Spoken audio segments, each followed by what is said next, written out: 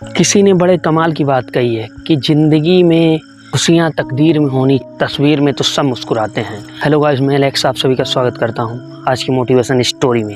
ये कहानी है एक अमीर सेठ की, जिनका यहाँ पर सब काम पैसे से हुआ करता था। वो बहुत ही अमीर थे, उनके पास बहुत ही ज़्यादा संपत्ति हुआ करती थी। उन्होंने एक दिन उनके मन में विचार आया कि चलो अपनी जितनी भी संपत्ति है उसको ये डिसाइड करवाते हैं कि उनके पास कितनी संपत्ति है और उनके पास कितना पैसा है।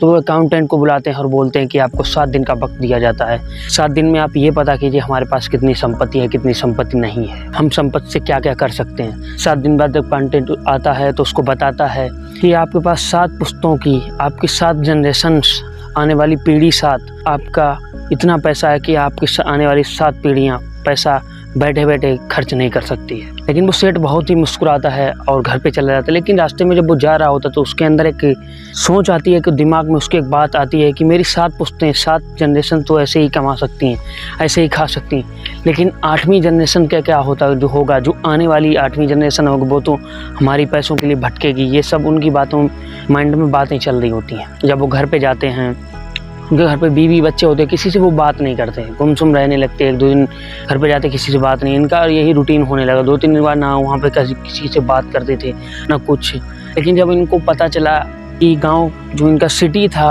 वहाँ पर बाहर में एक बाबा जी आए हुए हैं और वो बाबा जी हर समस्या का समाधान करते हैं। जब इनको पता चला तो इन्होंने सोचा कि बाबा जी से मैं अपना सवाल भी पूछूंगा और मुझे ये भी पता चल जाएगा कि मेरी 8वीं जनरेशन के लिए मुझे क्या करना पड़ेगा, कितना कमाना पड़ेगा। ये सब बारे में सोच रहे थे। जब वो बाबा जी के पास गए, उनका जो बाबा जी का समारोह था वो ख़त्म हुआ। जब 1 to 1 वाला बात स्टार्ट हुआ तो उन्होंने अपनी बात को रखा कि बाबा जी हमारी पास इतना पैसा है कि मेरी 7 जनरेशन पैसा खा सकती हैं, लेकिन 8वीं जनरेशन से क्या होता। बाबा जी मुस्कुराते हैं और बोलते हैं कि आपको ये चिंता है। बाबा जी समझ चुके हैं कि ये 99 के फेर में फंस चुका है और बाबा जी समझ जाते हैं कि इसको लगता है कि मेरी सब जनरेशन, जितनी भी आने वाली जितनी भी मेरी जनरेशन है, वो उनका पैसा हम ही कमा कर रख जाएं। ये लालची आदमी है। उनको समझ में बाबा जी को आ जाता। बाबा जी बोलते हैं कि यहाँ सिटी के बाहर एक जाओगे, एक झोपड़ी मिलेगी, झोपड़ी में एक माता जी रहती हैं। माता जी को बस जाना, आपको 1 किलो आटा दान करना है और वो माता जी आपका इस जो 8वीं पीढ़ी का सल्यूशन के बारे में सब कुछ बता देगी। इंसान बहुत खुश होता है, अपने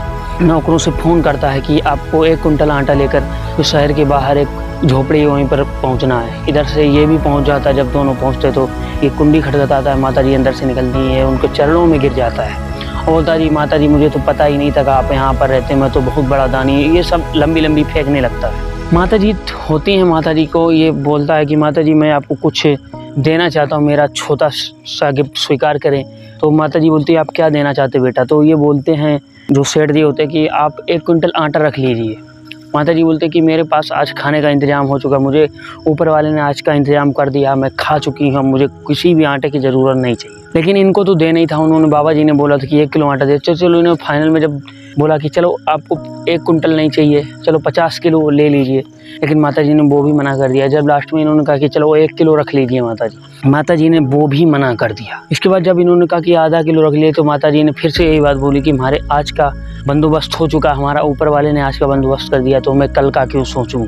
जब ये बात सुनते हैं ये सेठ जी तो इनको समझ में आ जाता है कि कहानी यहीं पे ख़त्म नहीं होती, कि माता जी ने जो बात बोली वहीं पे कहानी ख़त्म नहीं होती। कहानी हम लोगों के बीच की है।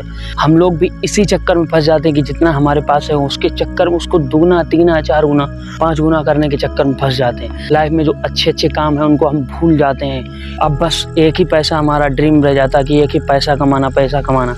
सब कुछ पैसा कमाना ही नहीं होता। लाइफ में अगर कुछ बड़ा भी करना है, कुछ दुनिया से प्यार भी बांट कर जाना है, दुनिया को प्यार करना है, तो सब कुछ पैसा ही नहीं होता। लाइफ में हमेशा आप पैसा कमाइए, अच्छी बात है, लेकिन लाइफ में इतना भी पैसा मत कमाइए जो आने वाली 10 जनरेशनों का आप फैसला कर दें कि मेरी जनरेशन क्या होगी। तो फाइनली जब सेठ जी को ये समझ में आ जाता है कि इनसे सब कुछ नहीं होगा, बस एक आज का जो आपके पास है उस पर फोकस करिए। आने वाले टाइम में जब आप अच्छे अच्छे काम करते रहोगे, सक्सेस लोगों की लिस्ट में जब आप शामिल होंगे तो आपके पास बहुत बेशुमार पैसा होगा। तो पैसे के पीछे कभी मत भागिए। अगर भागना है तो अपने ड्रीम को फॉलो करिए, अपने पैशन को और अपने जुनून को बनाए रखिए, सब कुछ आपके अंडर में होगा। तो ये अगर छोटी सी इंटरेस्टिंग मोटिवेशन कहानी अगर आपको अच्छी लगती है तो कमेंट सेक्शन में ज़रूर बताइएगा, और चैनल पे हमारे नए हैं तो शेयर, सब्सक्राइब एंड लाइक। मिलते हैं अगले मोटिवेशन वीडियो के साथ, तब तक के लिए जय हिंद, वंदे मातरम।